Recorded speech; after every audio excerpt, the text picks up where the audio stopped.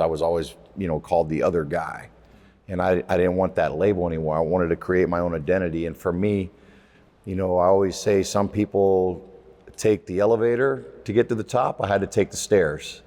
I'm at the foot of the ladder. That's one small step for man. Game 7, the whole world watching, the weight of the title on the line. He stepped to the plate and delivered one of the most iconic moments in the history of Major League Baseball. But what makes this episode special isn't that moment. It's the journey to it. Today's guest was never the phenom. He was, in his own words, the other guy. The one who took the stairs instead of the elevator and outworked everyone in the room for 19 years during his career. We get into all of it. How he used doubt as fuel, how he stayed motivated, how he handled failure, and the small rituals that kept the grind alive. This is Luis Gonzo Gonzalez, aka the Mayor. Welcome back to Unlimit Your Potential. This is a very special guest, someone that I actually got to watch on TV. Of course, the moment where, it was the Yankees, Game 7. It seemed like the world at the time, it was so unfair. 9/11 had just happened, so I still remember watching all the guests on the Tonight Show wearing, Yankees gear and stuff. And then you step up to the plate. This is Luis Gonzalez. Gonzo is well known. And so this is a huge honor, and it's fun to revisit that and then possibly go back to the beginning and kind of talk about where you came from, what were important elements to make you who you are. Yeah, I appreciate it. Thanks for having me, Seth. It's an honor to be here today, and hopefully I can share a little bit of my path and journey to where I was at and where I'm at now. Excellent. So when I do the research and go back into what made you, you're kind of known as I say this in the most respectful way, a late bloomer, right? So it was something that maybe I like to call it the journeyman's journey. Yeah. It's the rewarding version, I think. Yeah, there's no doubt about that. I was, growing up, I played with great athletes in my hometown. Baseball was huge. Guys like Tony La Russa, Lou Piniella, we were all in a hotbed area in Tampa, Florida, where football wasn't the sport, basketball, it was a Hispanic area. It was all about baseball. And I was a little kid and I wanted to be one of the next Tampa guys to come out, Wade Boggs, all these guys, Fred McGriff.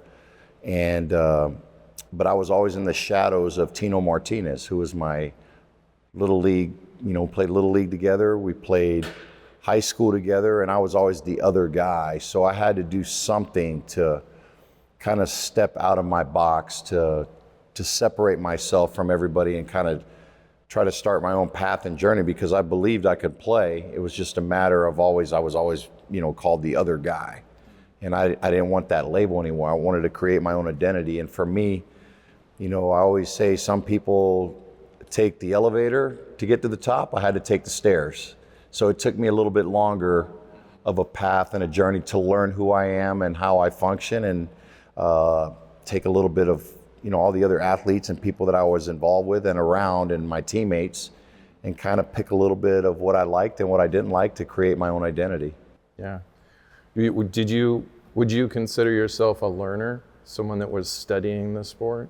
I would say yes. I'm a huge learner, but I'm also, I always use negativity as a push for me. When somebody says you can't do this, or, I didn't grow up with a lot of money. So for me, my motivation was going out there and trying to be the best I can be, to try to become a better person, a better athlete, a motivator, and kind of use my platform to motivate other people. My mom was a school teacher.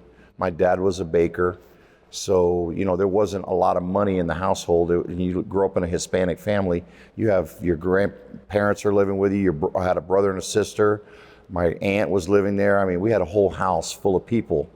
And for me, I knew my way to college at the time was through athletics. If I couldn't play sports, I was not going to go to college because there was no way my family could afford for me to go to college. Yeah. So the mother of invention is necessity. You had an extreme level of necessity. Absolutely, and that's my motivating factor. My motivating factor was to not to get out of the environment that I was in because I love my family and I love where I grew up and everything, but it was to try to be somebody out of my area where everybody recognized and acknowledged as he made it. He persevered. He did everything he could to get to that next level. Mm-hmm, mm-hmm. So when did you start? Do you remember when you first threw a ball, hit a ball? Like, did you fall in love with a sport right away? Did you play other sports? No, well, I played basketball in junior high, but baseball was primarily the sport in the town that I grew up with. And, at the time, in Little League, I was a left-handed hitter, and Fred McGriff and another player by the name of Dave Magadan and they played in our Little League, but they were older kids. They were 15, and I was like 9 or 10. And my parents would always take me to go watch them because they were left-handed hitters too. So when they played, those 15-year-olds were playing, I was sitting in the stands watching those two guys because they were standouts. And lo and behold, they ended up becoming big league players. Fred McGriff, a Hall of Famer. And so those were just guys that I idolized as a kid.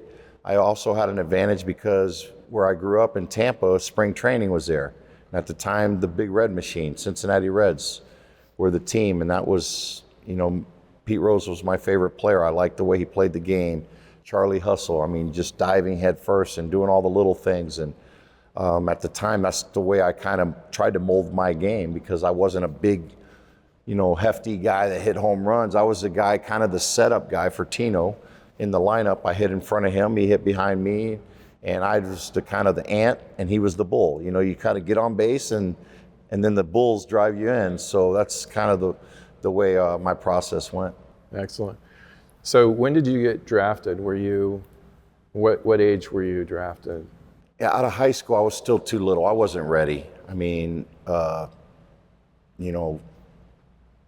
to a camp. The Cincinnati Reds had a camp, and at that camp, it rained that day, and the scout left about 5 or 6 of us there, and he plucked specifically 5 or 6 of us players that played in high school. And it was myself, Tino Martinez, Gary Sheffield, Derek Bell, another kid by the name of Tyrone Griffin, Maurice Crum. These guys all got drafted, and some of them out of high school. I wasn't ready. I was still too little guy, but I was invited to that camp. I was left behind to stay there. But I had to kind of create my own identity and leave Tampa. I said, I got to get out of here. I got to, start becoming who I want to be. And I was being recruited by a lot of schools, but they all wanted to redshirt me because I wasn't big. They were like, oh, we're going to redshirt you. And then I went to a recruit trip to Mobile, Alabama, University of South Alabama, and I sat there. And Eddie Stanky, who was an old-time great, if you see the Jackie Robinson movie, he's one of the guys, his nickname, the Brat. That school was one that he had coached at, and he was no longer there, but he was still kind of involved with the program. Steve Kittrell was the head coach, and I went there. I sat in the stands, first time ever leaving home on an airplane to go somewhere. And this old couple came over to me and invited me. They asked what I was doing there because I was sitting by myself in the stand, and I said, I'm a recruit. I'm here to watch the game. And didn't know me from Adam, and invited me to come to their house to eat. And I'm like, oh my gosh, these people here are so nice. Yeah. I'm not used to that. Yeah. And I didn't go there, but to go eat with them. But at the time, it was instilled in my mind that this is a place where I could feel comfortable, Southern hospitality. And when I left there, I called Coach Kittrell, who was the head coach at the time, and I said, listen, I love your university. I love the people here. And at the time it was a Sun Belt Conference school. And I said, if you tell me that I can have an opportunity to make the team and you're not going to redshirt me right out of the gates, I would love to come here. And he said, well, I can't promise you a job, an opportunity to do that, but I'll promise you that I will give you a chance to make the club. That's all I needed to hear, because I knew the area that I played in, the competition, I knew I could play in that next level. And in my mind, I knew I could. I just needed to prove it to people. And he said, I'll give you that opportunity. And I told my mom, this is where I want to go. And I ended up signing there and went out to, the fall camp. And I was kind of one of their high recruits, and because I was from Florida, where it was a hotbed of baseball. And the first meeting, I remember sitting in the meeting and everybody's looking for Luis Gonzalez. Mm-hmm. And they were looking for a dark-skinned Dominican guy. And here, I stand up, and everybody had to introduce themselves, and I said Luis Gonzalez. So I stood up, Luis Gonzalez, Tampa, Florida, and everybody's, I heard a couple, like, oh my God, this isn't what we were expecting. So that was fun for me. My roommate even thought, he goes, oh my God, I thought I was going to get a guy that couldn't speak English or anything. And but I went there. I did good in fall ball. Coach said, hey, we got all juniors and seniors here. Can you play first base? Well, I'd never played first base except for in Little League when Tino and I were on different teams. But Tino played first base. I played second base. I was recruited as a second baseman. And I said, oh yeah, I play first base all the time. So now I'm on the phone calling my mom, I need a glove. Can you overnight me a glove to play first base? And I played there for 3 years. Mm-hmm. Freshman All-American, never missed a game. 3 years, I prided myself on being durable, accountable, and for 3 years, I played every single game there for that university.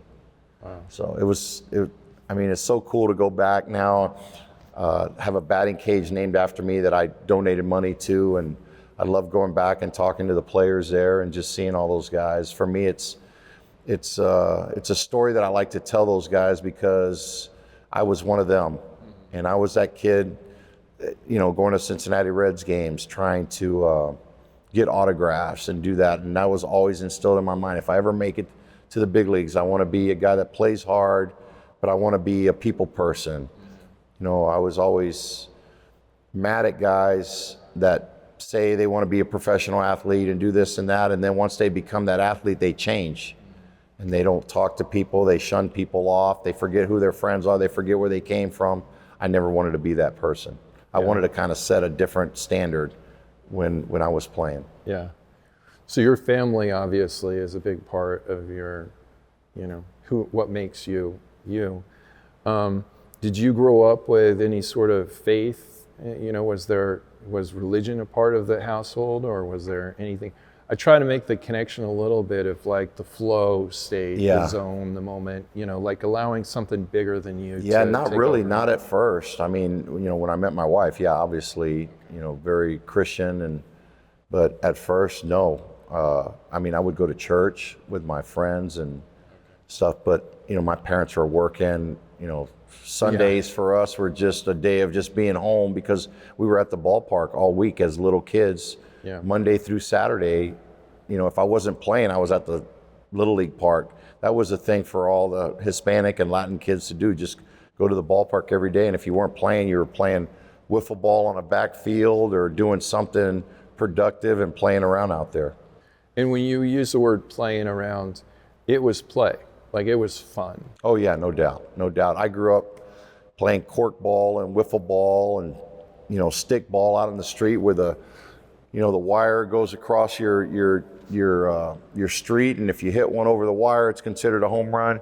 We used to throw like our old tennis shoes with the shoelaces, how you see in the old movies, on the wire, because it gives you kind of a guideline where you could see from a distance, where the home run marker was. And that's, guys are, hey, I got an old pair of shoes, so I'm going to throw it up. And it'd take them about 6 or 7 throws to get it up there. But when it finally stuck, it stayed up there for years. Okay. Do you feel like that was part of who you value, that part of who you are as a person? Did you value it to the level where you brought it into the pros, into the major leagues? Yeah.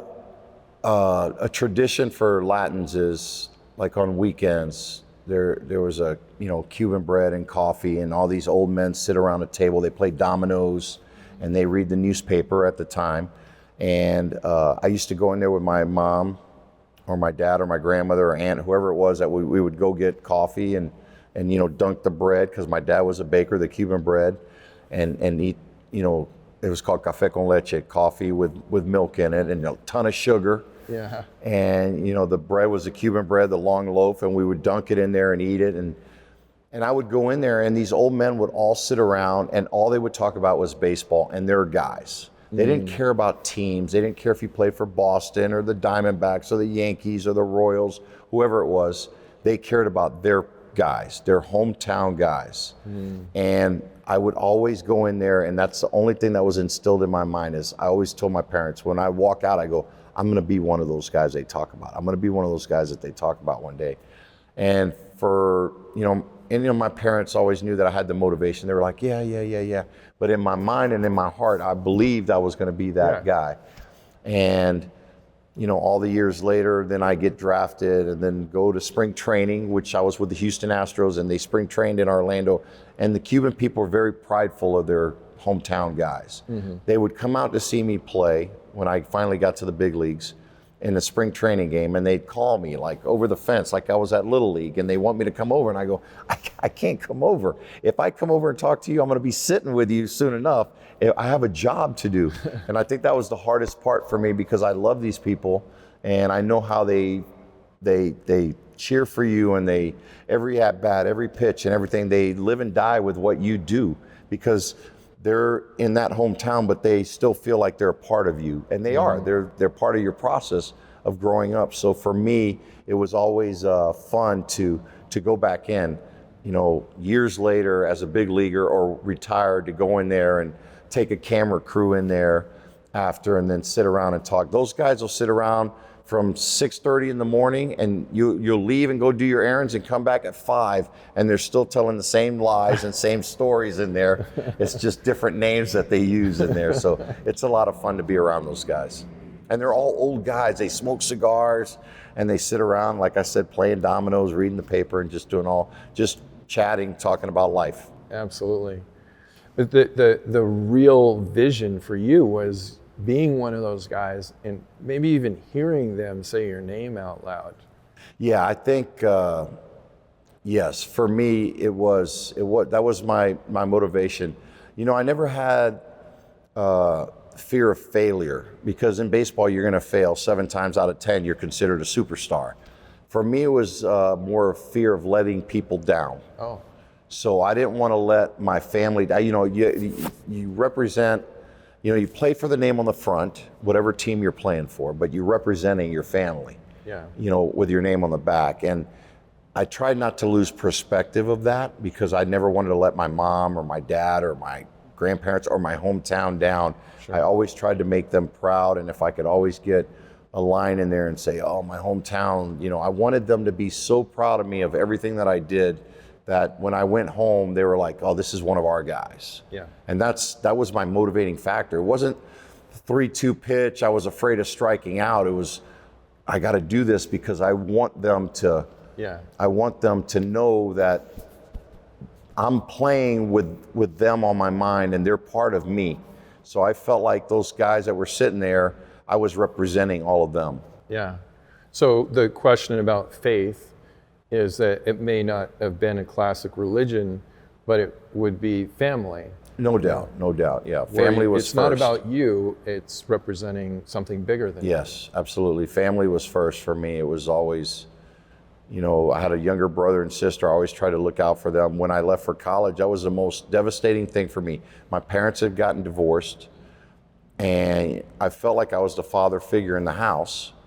My mom was a teacher, and I had a younger brother and sister, and I was like, oh, I can't leave, but I want to do something so bad. And my mom was actually the one that sat me down and said, you have to follow your dreams. We're going to be okay.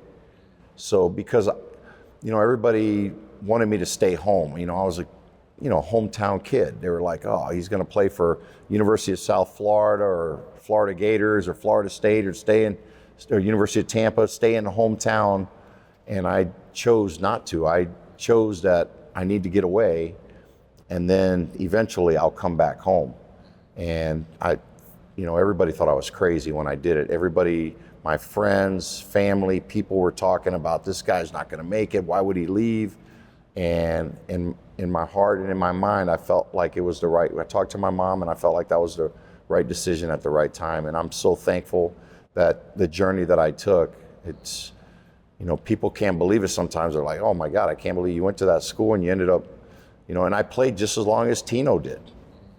If not longer. My numbers are just as good as he did. He got 3 World Series rings playing for the Yankees. Yeah. But I've got, I was the other kid, and now I was the guy prominent in the hometown. As this guy played for 19 years in the major leagues.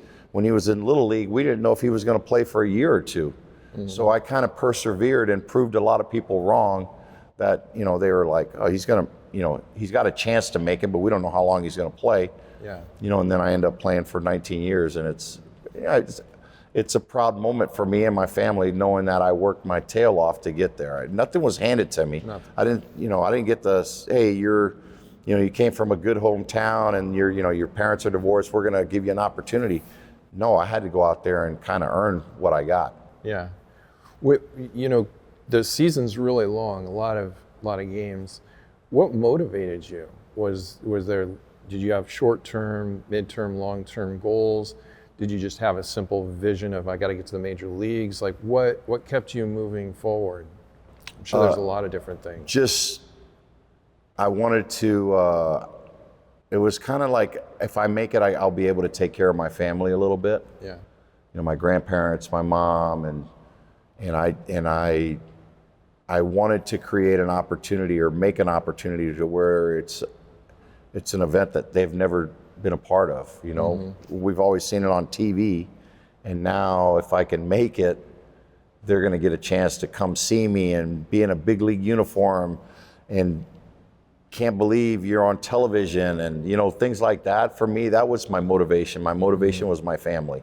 Yeah. To go out there and try to make it as quick as I can. I went from college in '88. I signed in 1988. I was a 4th round pick with the Houston Astros, and September of 1990, I went from AA to the big leagues. Mm-hmm. So when they called me into the office, they said, hey, you're going to the big leagues. I was ecstatic. And the only bad part for me was like, my parents were able to come later, but they couldn't make it to my first game and things like that because we didn't have the money. Yeah. We didn't have the money to do that, but I was able to bring them out later on when I got back to Houston, settled in, and they were able to be a part of that. And for me, that was the biggest thrill of my life. Absolutely. Tears and embrace. Yeah, and all just that. Joy and happiness, excitement, just seeing how happy my family was for me, my brother, my sister, my mom, my grandparents, making that call and saying, hey, I'm going to the big leagues. Back then I didn't have a cell phone. No. Not till, a year or two into my big league career. It was like you pick up a pay phone and call or, use the clubhouse phone or hotel phone. And, just to have that opportunity. And the only way they were keeping up with me was either the box score or if there was a highlight on TV, they could see me there. Now, there's all kinds of avenues, social media, everybody's got a phone. Yeah. They could keep up with everything that's going on. But back then you couldn't do that. Wow. So when you arrive at spring training, the first spring training, and you realize, oh, there's a lot of people here. Yeah. What set you apart? Did you have right away? Was it a chip on your shoulder? Was it, I'm going to outwork these guys? Outwork. I think it was outwork. I was skinny. I was a skinny guy. I was a third baseman. I played second in high school, played first in college. When Houston Astros drafted me, they drafted me as a third baseman. Never played third in my life, but they said I had a good arm at the time, and they said, oh, he's wasting his arm over there. We're going to put him at third base. So get drafted, third base, go to, work my way up through the minors, hadn't played outfield yet, get to the big leagues. Art Howell's the manager, and a guy by the name of Ken Caminetti and Jeff Bagwell and myself were all third basemen. So I went to winter ball to play because I wanted to work on some things, and it was a working agreement with the Houston Astros, so they sent about 4 of us.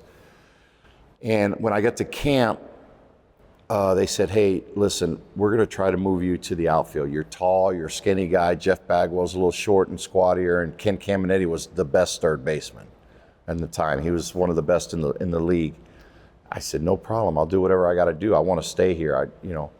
So they run me out to the outfield. I was playing in backfield games at 10 in the morning, running to the main stadium, playing in a 1 o'clock game there. Just doing anything I could. I made the club out of camp as a left fielder. And for me, that was the biggest joy. And for my first 9 years, I played on 1-year contracts. So every year they ran 6 or 7 guys out to left field to try to take my job. And I was working my ass off to not let any one of those guys take my job. Even till the last day where I was 40 years old playing in the big leagues, I was still working my tail off because I wanted them young kids to see that I'm not giving it to you. If you want it, you got to take it from me. Yeah. Because I worked hard and I didn't have nothing when I was growing up, and this is mine, and you gotta beat me up to take it. Yeah, yeah. I use with the people or teams that I work with, stoicism. Your obstacle is your way. So I use Tom Brady as an example. That even after he had won all those Super Bowls, because of all the things he had to go through to get there, he said, you're going to have to take this away from me. Absolutely. I'm not leaving this field. I always love when I know Tom because he used to call me for tickets whenever he'd come to spring training and stuff. But his best line for me when people ask him, what's your best Super Bowl ring, which one? He says the next one. So for me, that's kind of the way elite athletes are triggered. That's how we, and I say we because I've played for 19 years. I feel like I'm different than a lot of other people. Yeah. But it's what you've done in the past is great, but what you're going to do next. Yeah. We're always looking for the next biggest and better thing that you're gonna accomplish in your career. And for me, that was how that's how I motivated myself every year. I was mediocre the first 7-8 years. I didn't strike out a lot. I only struck out 100 times once in my career. My rookie year, I think it was like 102 times.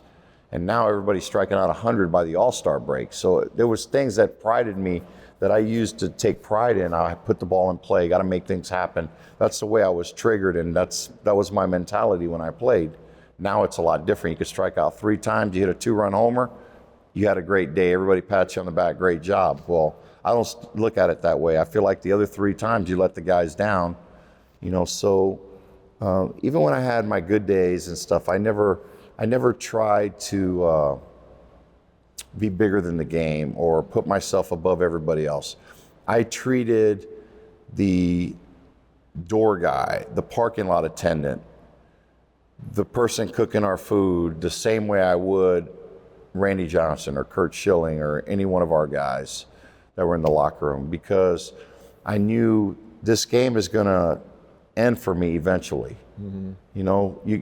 You get old at one time. Father time catches up with you, and then you end up, I was 40 and I still felt like I could play 2 or 3 more years. I was 4 doubles away from 600. I was already on the all-time list, but I was like, I could still do this. I want to play.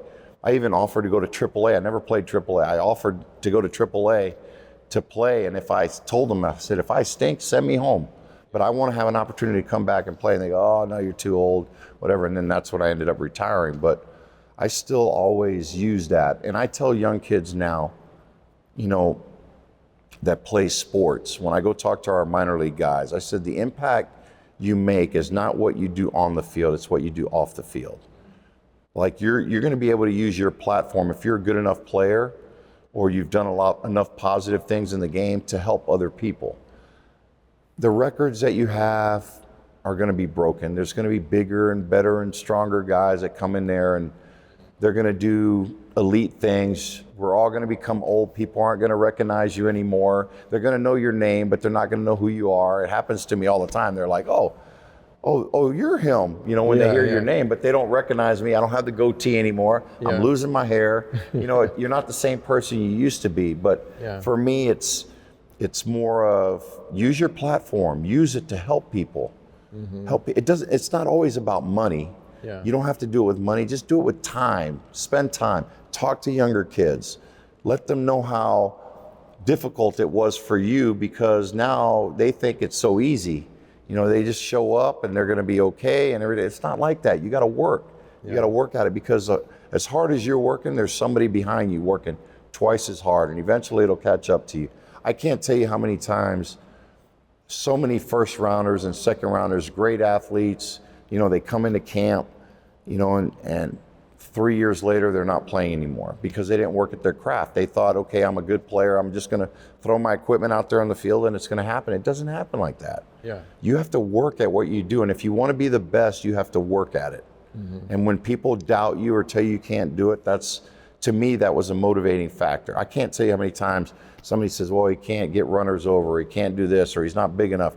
If somebody showed me that clip, I would cut it out and just tape it in my locker, put it in the back of my locker, and just use it as a motivating factor for me to say, I'm going to prove you wrong. I'm going to show you what I'm capable of doing. Yeah. One of the speeches that when I started doing what I do now, someone referenced it. It was Michael Jordan's Hall of Fame speech. When he goes through all these rivalries, he calls them dots on a board, getting cut from his high school team. And he actually had invited these people. They were in the audience. So he was That's awesome. Calling them out. Yeah, that's great. They did it to you. Now it's your chance to get them back. Not to embarrass them, but to, kind of. It's almost like you're thanking them. Yeah. Because if it wasn't for them, you would be, it's okay. Yeah. Nobody expects me to do this, so it's okay. But if you have that burning fire inside of you, that fire in your belly, you want to prove people wrong. I always say you got to have a little bit of piss and vinegar in you, a little bit to get out there and, prove people wrong. Like for me, when I played, I always did better against the ace pitchers. For some reason, I concentrated, I focused more. Left field, I played in the outfield. So left field, when I ran out there, the bleacher bums at Wrigley, Dodger Stadium, San Francisco, they were all over me from the first inning all the way through. And that triggered me to go, I'm going to go 4 for 5 today. And when I run out to the outfield, I'm going to run out there proud as a peacock. And they can't tell me anything. They can yell and scream about my family, about me. They can say whatever they want. I'm 4 for 5. I've driven in 3 or 4 runs. We're winning on the scoreboard. That's all that mattered to me.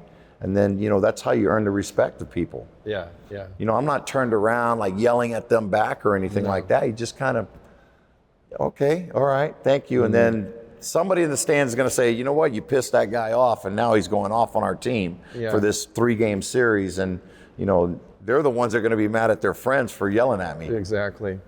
Now, the point to all that is that you have to find your own motivation. I think this gets overlooked because people, I think probably in general think, oh, well, it's the teacher or it's the coach or it's maybe the parent that has to motivate you. But you have to be self-motivated. You got to find it inside. For sure. I mean, in the minor leagues, you can get lost. Yeah. You can get lost because it's a team sport, but individuals in the minors, the team doesn't move up. You move up individually. Yeah. So you have to go out there and play a team sport, be a team player, but at the same time, you have to put up good individual numbers. You have to be a little bit selfish. Yeah. But you have to be a team player too. If you're called upon to bunt or do whatever you have to do in the game to help the team win. But in your mind, like when I played, even in the big leagues, I got second and third or whatever. Those are my guys. I'm getting them in. I love you, my teammate in the back. If I don't do my job, then you'll pick me up. But I'm not expecting you to do that job. I'm expecting myself to get that job done. I'm not going to get it done every time.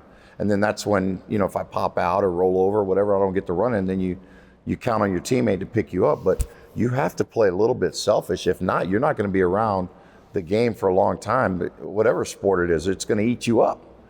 So you have to be a good teammate, and at the same time, you have to be able to find a way that's going to motivate you to, I'm going to show my teammates, even when I was in the World Series, Game 7, I made the out in the 8th inning, and I was, we were losing going into the 9th, and I was looking at the scoreboard, looking at who's coming up, and I'm like, man, if 2 guys get on, whatever, I wanted to be the guy. Yeah. I wanted to be the guy at the plate. Yeah. My teammates are counting on me. I want to be the guy there. Yeah. I wasn't afraid to be at the plate, and if I failed, I wanted to be the guy there to know that I have that opportunity. Yeah. You never know if you don't if you don't get that opportunity, right? So for me, it was like I'm looking at the scoreboard and going, oh man, if two guys get on, whatever, I could possibly hit here. If we get bases loaded, we get a little rally, and sure enough, because as an athlete, fail to prepare to fail. That's the way I look at it. Yeah. If you don't prepare yourself mentally, you're not going to be ready for it. So I always tried to put myself in situations, if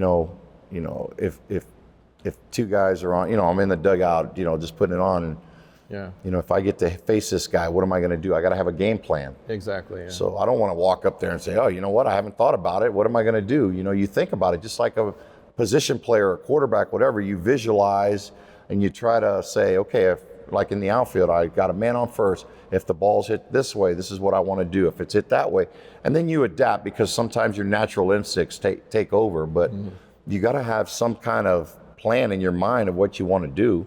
You don't just go out there naked and say, oh, I'm just going to show up and whatever happens, happens. Yeah. If you go out there with that game plan, you're not going to be successful. So you mentioned visualizing. Did you do any sort of visualizing on a regular basis, or was it something that was just part of your routine? Just part of my routine, just game planning, looking who the starter was. Right now we have so much technology and so much stuff. I try to minimize what works for me. Yeah. Like for me, I'll give you an example. As a baseball player, as a hitter, I would always pick a guy that played in our division. At the time we were, National League West. And I would pick a player that was kind of like me, middle of the batting order, left-handed hitter, and then I would watch his tapes, like if we're going to play the Giants or the Padres or the Dodgers, how they pitched him. I'd watch a little bit, not over analyzing. Yeah. And then I would just want to know from that pitcher that was throwing that day, what was his out pitch? What does he throw when he's in trouble to try to get out of the inning? What was his highest velocity? Because I always want to be geared up. I don't want to get a 100-mile-an-hour fastball thrown by me because I wasn't ready for it. Yeah. And, how is he going to pitch me? Yeah.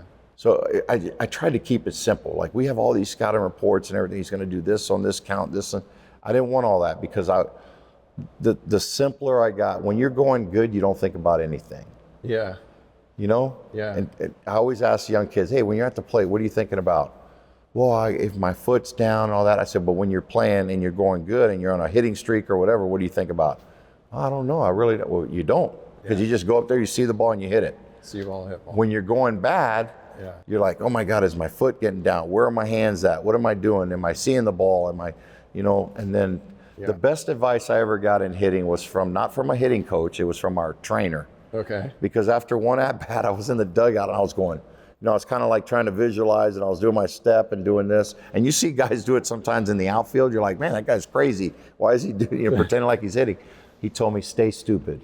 Don't overthink the process. Just react. You've worked it a million times in your mind. Muscle memory, you've got it in there. Yeah. You practice hitting off the tee, taking batting practice and all that. Just have a game plan, go up there, when you see the ball, just hit it. Don't worry about it. And then everything else will take care of itself. Absolutely. Absolutely. What I've noticed, it's a pattern. It's, of course I want to help people to be at their best more often and longer. Flow state, the zone, being present, all those.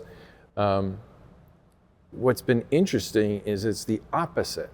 At least it was for me and a number of others that I've worked with.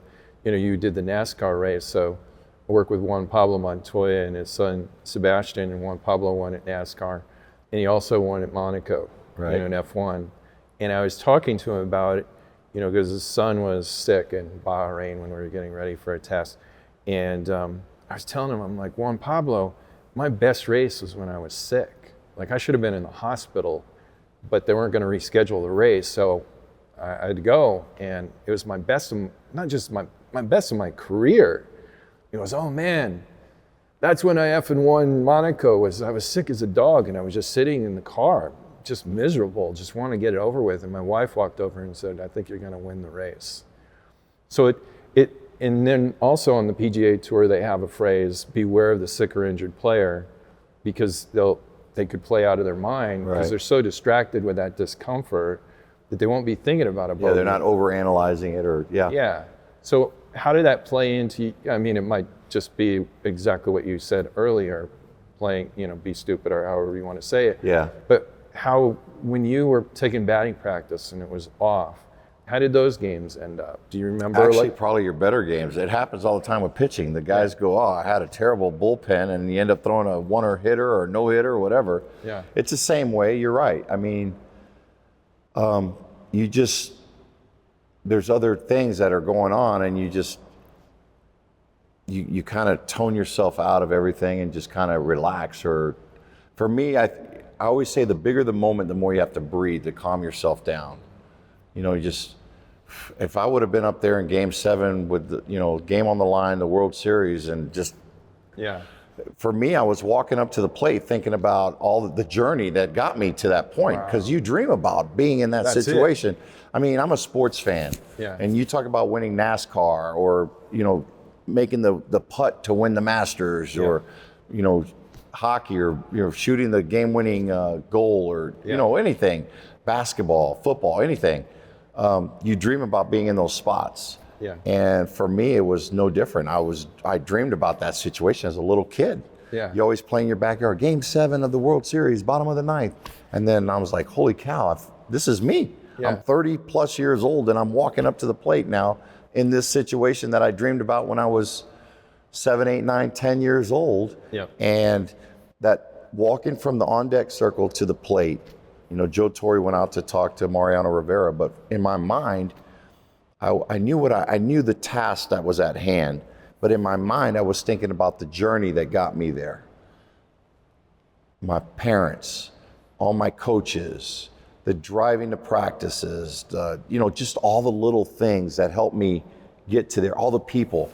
And then the other half of my mind was going, oh my God, what's my mom thinking right now? She's probably going crazy right now. My wife's in the stands, and everybody, and all these people, everybody's on their feet, and you kind of take the moment in. Yeah.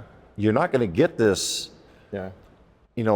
a million times. This is only the 4th or 5th time it's ever happened in the history. They said more people walked on the moon than getting a game-winning hit in Game 7 of the World Series. So for me, I was taking the moment in and looking around. But then once I got in the batter's box, it was almost like everything shut down, boom. Mm-hmm. And I knew the task that was at hand. I knew, okay, infield's in. All I got to do is get a ball in the outfield, get a ball in the outfield. In my dream, I dreamed about hitting a home run. Mm-hmm.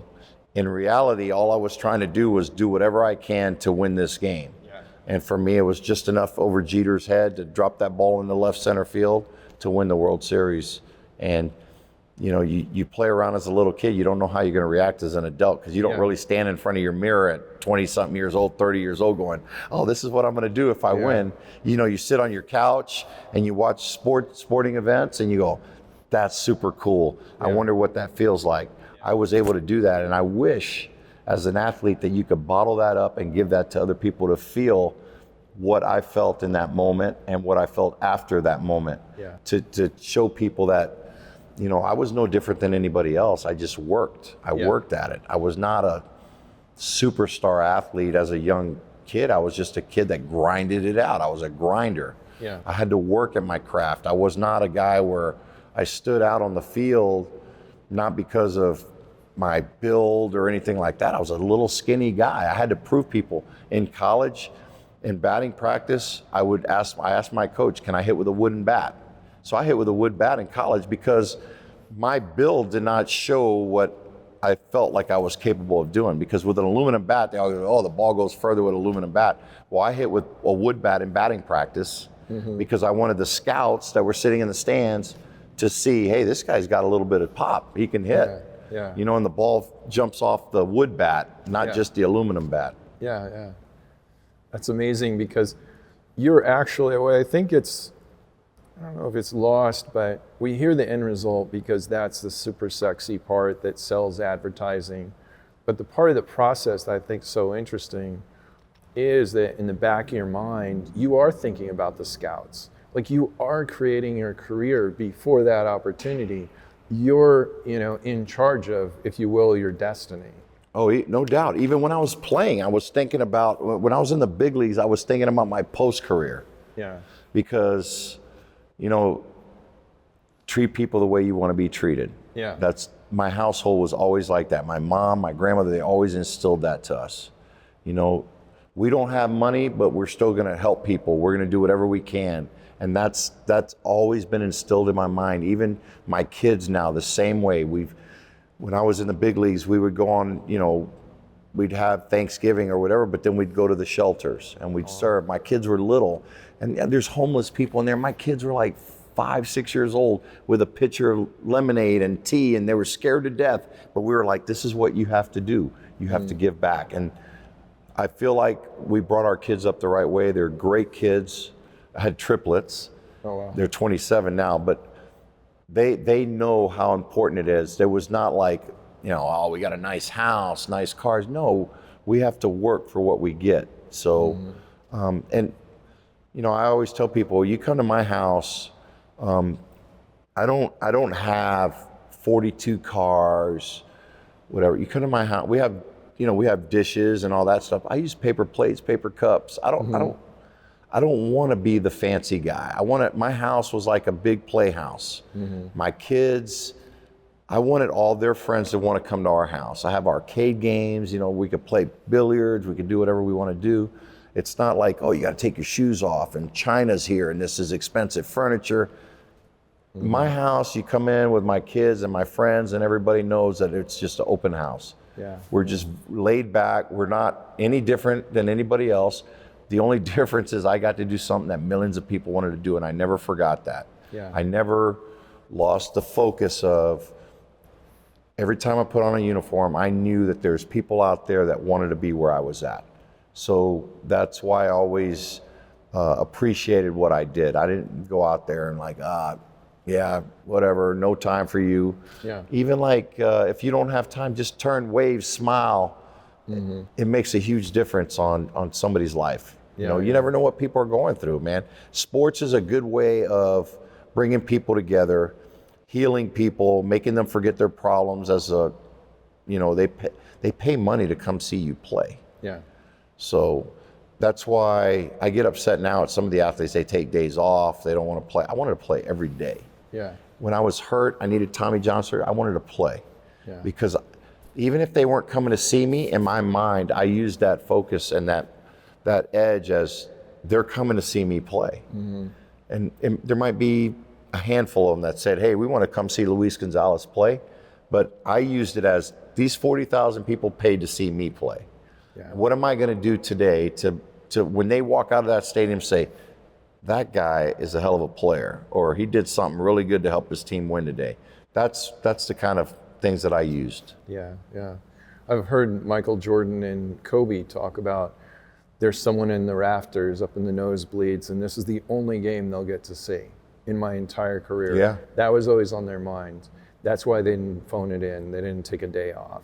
It was those people. And I'm sure it kills Michael Jordan now to see, you know, guys taking days off. It kills me, man, because I know in my mind, people drive from across the country to come see their team play or to see their favorite player. And when their favorite player is not there, they're disappointed. Because if they're only coming for one game and they're sitting on the sidelines in street clothes and they're not playing and they're healthy, you know, I'm like, oh God, this is a crusher to come see your guys. Yeah. You know, it's one of those things where you just, it's a different era that we live in. Yeah. You know, that's why the Michael Jordans, guys like that, they played, Kobe Bryant's, Tom Brady. Yeah. Those guys are elite athletes. They play every single day. They show up every day. They punch in and they're ready, you know, they punch in to play. Yeah. They know that people are coming to see them play, and that's their motivation. Absolutely, absolutely. So what was, a lot of times tools will come up, performance tools. Your off season, you probably trained with something on your mind to be able to, you know, come back, and as Kobe said, you know, he was always trying to gain separation over the competition. Right. What kept you going? What are some of the tools that you might have used that would help people? Just outwork people, because I knew that as hard as I'm working, there's somebody trying to take my job. Sure. And that was my motivation, just to go out there and win my job every year. and prove that I can still do it. Even, as you get older, you have to cut back a little bit. You have to find ways, but I was still grinding, man. I was like, I didn't want to let go. Even now, I'm still, as an athlete, I'd see other guys and I'm like, oh, and I still feel like I can play. I probably can't, but in my mind, when I'm watching games and I'm watching guys hit, I'm like, oh God. Yeah. I still feel like I can do it. Absolutely. And I always tell people, give me months, give me a couple months to get ready. I could probably still go out there. So you mentioned earlier the amount of failure. Baseball's famous for the high level of failure that you have to deal with, even if you're going to go on to great success of winning a World Series. How did you handle failure? What was your process for resetting so that you can move forward and fully commit to the next pitch or the next moment? Yeah, you have to put it behind you. You have to let it go. I didn't early in my career. It ate me up. I would take games home with me. I'd ride home with the windows down, screaming at myself, just like self-talks, you kind of, sometimes you look in the mirror and say, I'm better than that, I can do this, and sometimes you doubt your abilities. Sure. You have a bad week, or, you're red hot. You get on the airplane and you fly from Houston to Chicago. Yeah. And then now you get in Chicago and you feel like, you were player of the week, and now you get to Chicago and you look like you hadn't played baseball before. Yeah. You can't get a hit. You make an error out there on the field, and you have to find a way to just let it go and to just go, I can't get it back. What I did, I can't get it back. I got to turn the page. I got to move forward. I got to look forward. I got to show the guys on my team that nothing is affecting me. Yeah. If you're a leader on your team, like I can tell you, there's many a times playing, especially with the Diamondbacks, where I wasn't at my best. I was either hurt or something, but you can't let everybody know. And like your first at bat, you're like struggling. You couldn't see the ball. You had a bad at bat. And then you come in the dugout and there's three guys that go, hey, what's he got? Whatever. And you're like, in your mind, you're thinking, oh shoot, it's going to be a tough day. This guy's tough. And you go, hey, I didn't see the ball good that pitch, but I got him. You're going to be all right. You got a good curveball, whatever. But you try to you don't want to show, you don't want to show your cards. You're like, hey, I'm okay. But, you're trying to help those guys out at the same time. So that's even, when I had my bad days, or if I was sick or I wasn't feeling good, I didn't want everybody on the team to know or the fans to know. I just kind of try to gut it out a little bit and just kind of persevere. Yeah. Did you find that self-talk was something that you did, or a conversation that you had with yourself to kind of lead your focus? Yeah, kind of self-talk for me. Okay. For me, and then you kind of lean on good teammates. Yeah. Sometimes to help you out, to help you through, just as you would do with them. Pat them on the rear. Hey, you're going to be all right. It's all good. We got you. Yeah. Just sometimes just that little vote of confidence sometimes will be that little thing that you need to just kind of get you over the edge when you're struggling a little bit for the day. Because, we all have, everybody's got issues, problems, money, financial, or family, struggling at at your job or your work or anything like that. And, everything could look great on the outside, and then in the inside, there's something bothering you. And only your good friends sometimes figure that out. Yeah. And then they're the ones that really know who you are and how, surround yourself with good people, and then good things are going to happen. Absolutely. So you're walking to the plate, you're facing the greatest closer of all time, Game 7. Your journey is, you're seeing your whole life your career flash before you. You mentioned earlier that in big moments you focus on breathing. Yep. Did you take a deep breath to relax? Deep breath. Just, I always, the bigger the moment, the bigger the breath, I think. Just to kind of, because when you're tense, you tend to muscle, tighten up and everything. I got to throw a strike or whatever. I just tried to use, for me, it wasn't like meditation, or guys do earthing, or I think it's called grounding or whatever it's called, where they take their shoes off. We didn't have any of that when we were coming up. But for me, it was just taking a deep breath and just relax. Yeah. Just try to relax.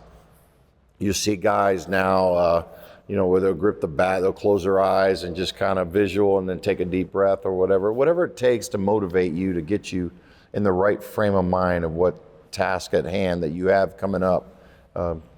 You'll figure it out. Figure it out. I mean, we all have instructors or whatever, but as you get older, you find a way to realize how your body adapts, how it reacts to certain things, and we end up being our own coaches. Absolutely. Later on in time. I mean, we need guidance a lot of times just to kind of help us, guide us in the right way. But as you get older, you end up being your own, oh, my arm's aching a little bit. I think I'm going to take it easy today, or whatever. Sure. And you know your own body. So there's not somebody's going to tell you, oh, I think your knee hurts because you look like you're walking. You know what's going on, inside of you. So I think you end up being your own coach at times. Absolutely.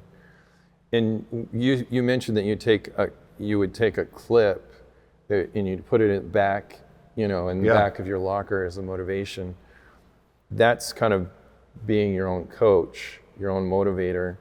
Did you have other things that kind of kept you, moving ahead? For me, I did these, I didn't realize it until later, now working with people, going, oh, out of necessity, I did that. I did the dots on the board like Michael Jordan. Right. Like I had a teammate, I'm gonna take his soul every single day. He's one of my closest friends now. He didn't need to know that. Right. But it was the motivation. But I did other things like delusional sort of things where I'd convince myself that I was better than I was, just so that I could set goals that were gonna be way beyond that, because I wanted to keep doing these big jumps. How did you manage getting yourself to the major leagues, staying in the major leagues, being in those big moments? Yeah, I think I set personal goals, but I never came out saying, oh, this, in my mind, I'm like, this is what I want. I want to try to hit 25, 30 home runs a year. I want to drive in 100 runs. 100 was always a big thing for me. I did little things that would motivate me, like your routines are a lot of things, in my right shoe, I always put a $50 bill under my insole to start the season. And I did this later in my career, a $50 bill. Yeah. When I started the season, when I got to 50 RBIs, I took the 50 out and put a $100 bill under there.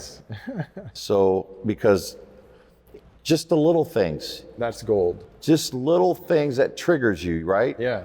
So 5 years in a row, at the end of that 100 RBIs, I would take that $100 bill out and probably drink a couple beers with my buddies or have a good time with it. But that was my, it kept your focus. It kept me focused on what I needed to do. My little things that would trigger me was my, your routines, the way you prepare yourself for games. When I was in the first base dugout and I played left field, I would always touch second base on the way out.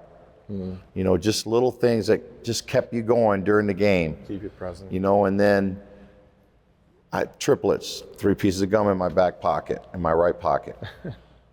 Tap the plate 3 times for my family. Always had a routine. I'd always draw my line, take 2 practice swings, get in the box. When I was going out for a stretch, I would sit in the dugout and I'd wait for the clock to turn a certain time. When it turned a certain time, then I knew it was time to run out to do my stretching. If I had a good game, I would leave the same time out of the house. I would take the same route. You play 162 games. You have to find a way to keep motivating you. What is going to get you up to motivate you that next day? And for me, it was the little game. It was the game within the game. So I was playing a game in my mind, the $50 bill, the $100 bill that I would put after I hit 50 RBIs, take it out, put the 100 in. Those were the games within the games that kept me going. It might be minute to people. But for me, it was a big deal because that's what kept me. Absolutely. Kept that little drive in me. It wasn't like, I'm going to try to drive in 100 because then I'm going to go out and buy this. No, for me, it was like the little things. I was, at the end of the year, if I got that 100 under RBI, that means I had a good year and I helped my team win games. Absolutely. As far as resetting on, let's say a strike or something, right? I've seen Aaron Judge. I have this little clip that I show people. He picks up the dirt, he crunches the dirt, he puts the feelings into that dirt because now he has control over this thing outside of him so he can get rid of those feelings, those thoughts. Did you have any sort of reset pattern for your routine? I'm not sure. I mean, I probably did. I'm not sure though. Your gloves or any of the Velcro or any of that stuff? Well, I guess my routine would just be my refocus of stepping out of the box and then just doing my The 3-tap. little 3-tap thing to get back in, and that would always be kind of my trigger to go, okay, here we go. Now it's time to go. It's go time. And you were always optimistic, I would add, probably. To be a slugger, it's always the next pitch. Oh yeah, no doubt. If I missed a pitch or I fouled one back and I'm like, but I got to let it go. Yeah. Because next thing you know, if I'm still thinking about that pitch I missed, now I'm sitting 0-2 and, I lost focus of what's going on. I can't get it back. That's why I said for athletes, it's hard because, you could beat yourself up if you have a moment, a pass or you had an easy layup and you missed it, or I had an at-bat where they threw a ball right down the middle and I fouled it back. If I kept harping over it, I got 3 more, if it was my first at-bat of the game, I still got 3 more at-bats. Yeah, if I keep worrying about that, I'm not going to have a good day. No. So, okay, I missed the first time. Now I'm thinking in my mind, okay, I'm going to go 3 for 4 instead of 4 for 4. Yeah. And if I don't get a hit my second time, now I'm thinking I'm going to go 2 for 4. Mm-hmm.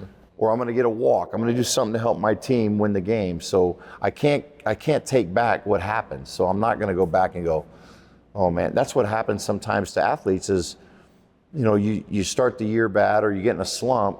Now you're 0 for 4. So the next day you go 0 for 4 again. Now you're 0 for 8. Yeah. And now instead of just worrying about that one at bat, you're thinking, I got to go 10 for 2 now to work my way out of it. And then all you're doing is just, you're getting the shovel and you're digging the hole deeper and deeper and deeper. Yeah. And now instead of saying, today's a new day, let me focus on, because we're all worried about numbers. Yeah. In everything we do, we look at numbers. Yeah. So that's how we gauge people's success and failure on their numbers. Mm-hmm. And in sports, you're hitting 175, you're not having a good year. Yeah. But what they don't know is we're in April, we've only played 5 games. The next week you can go, 8 for 12 or 8 for 15, and now all of a sudden you're hitting 275. Yeah. Your average jumped up so much. Once you get into 200, 300, 400 at bats, then it's harder to move your average up and down. It's maybe 2 points up, 2 points back, but your foundation is what you build. That's you're getting out of the gates good.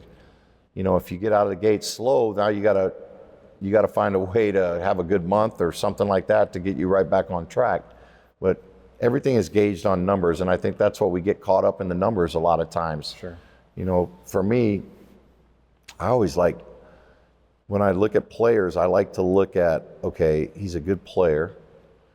His numbers might not be there, but he's still developing, he's getting better, he's learning, he's young, and he's going to be a good player.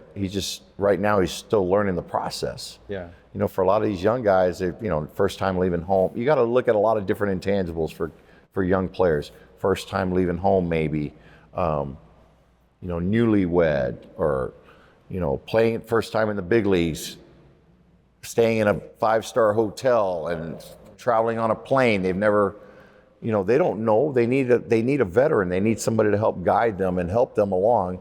And that's what, good players do that. Yeah. I had that when I was a younger player. I had veteran guys help me out. And then as I got older, I wanted to be that guy that if something was going on or they needed me, not just on the field, but off the field, I'm going to be there for them. Absolutely. Absolutely. Well, the last little question I have is take off on my name. So pep talk. So what would you recommend to anyone out there? It could be something to a parent with kids that are playing baseball. It could be just people in general. What's something that comes to mind? Use your failures as bumps in the road. Don't use them as, oh man, it's happening to me again. Use them as a learning tool to move forward. Mm-hmm. Enjoy it. If you have kids in Little League and younger, just have fun. Mm-hmm. Have fun. There's going to be more stress and things as you get older in life. It's a kid's game. All sports is fun. It's a fun, whatever sport you're playing, it's fun. Enjoy it. Yeah. It's about meeting people. It's about learning how to compete, just learning how to work well with others. Yeah. And if you don't make it in the professional world as an athlete, you use those same tools as an athlete in real life. Yeah. And my son played in 6 or 7 years in the minor leagues. He signed out of high school, and now he's getting his degree in college, and he's working for a big construction company, and he's one of the head guys there now. And every time I talk to some of his bosses and stuff, they go, "Man, your kid, he gets it. He understands." And I said, because he played sports. When you play sports, you learn how to work well with others. You know how to deal with problems. You're a problem solver. You don't have a good at bat. You get out of the jumping in the water late, then you figure out a way how to get back into the lead. You make a bad throw. You figure out how am I going to adapt, or do I throw it early or whatever. You find a way to get it done. And I think as an athlete, whatever, if you don't make it in the big leagues, that's fine, or professional level, that's okay. But use that learning tool and that learning curve that you had as a young kid growing up to be successful in life. And I think a lot of successful people, if you look back at their journeys, they were involved in sports somehow, some way. Absolutely. Absolutely.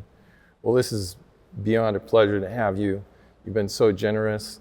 Is there something that you're working on now that you'd like to take the opportunity to share? No, I'm very I have a thing called Gonzo's Hometown Heroes, which is all about first responders, police, and fire. And I have the utmost respect for the military and all those guys that serve our country. I always feel like those are the real heroes. When people say, "Oh, you're my hero," and all that, I understand about being a role model, but heroes are the real people that are running into fires and helping us when we're in trouble and things like that. And the military that are out serving our country right now, that you look and they're babies. Yeah. I mean, we're grown up. The freedoms that we have now is because of them. And to me, every chance that I get to honor them or to thank them, I try to do that. And I think that's a good lead for everybody out there. Just take a second, because a lot of times they don't get that. They don't get that. They do it. It's selfless. They just do it because that's what they're trained to do. And for somebody to go out of their way to thank them for doing what they do, or just buy them a cup of coffee or buy their meal once in a while, it goes a long way. Absolutely. Well, thank you again. Appreciate Pleasure. it. Thank you. This has been incredible. It was an honor. Thank you. You.